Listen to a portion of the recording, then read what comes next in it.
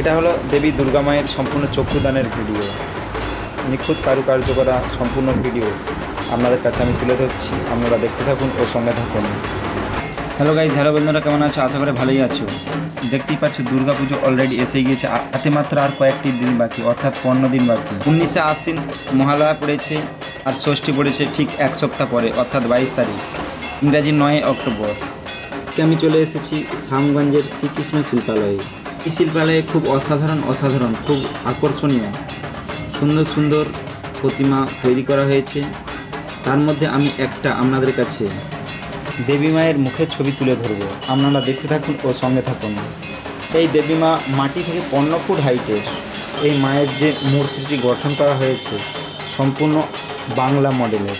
সেই বাংলা মডেলের মায়ের মূর্তির চক্ষুদান আমাদের এই শিল্পী করছে, আপনারা দেখতে থাকুন এবং সঙ্গে থাকুন। খুব সুন্দর, খুব অসাধারণ কাজ, একেবারে নিখুঁত কারুকার্য। আপনারা দেখতেই পাচ্ছেন মাটির কাজ, রঙের কাজ, শাড়ির কাজ পুরো কমপ্লিট হয়ে গিয়েছে। গহনার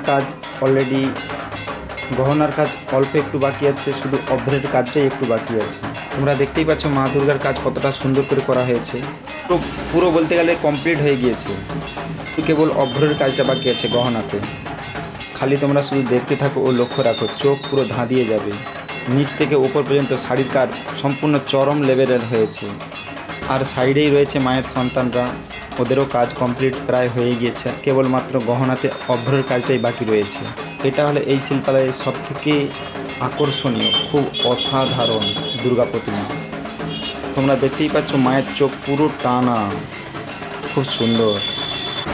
এই সুন্দর ভিডিওটি আপনারা স্কিপ না করে সম্পূর্ণ দেখতে থাকুন।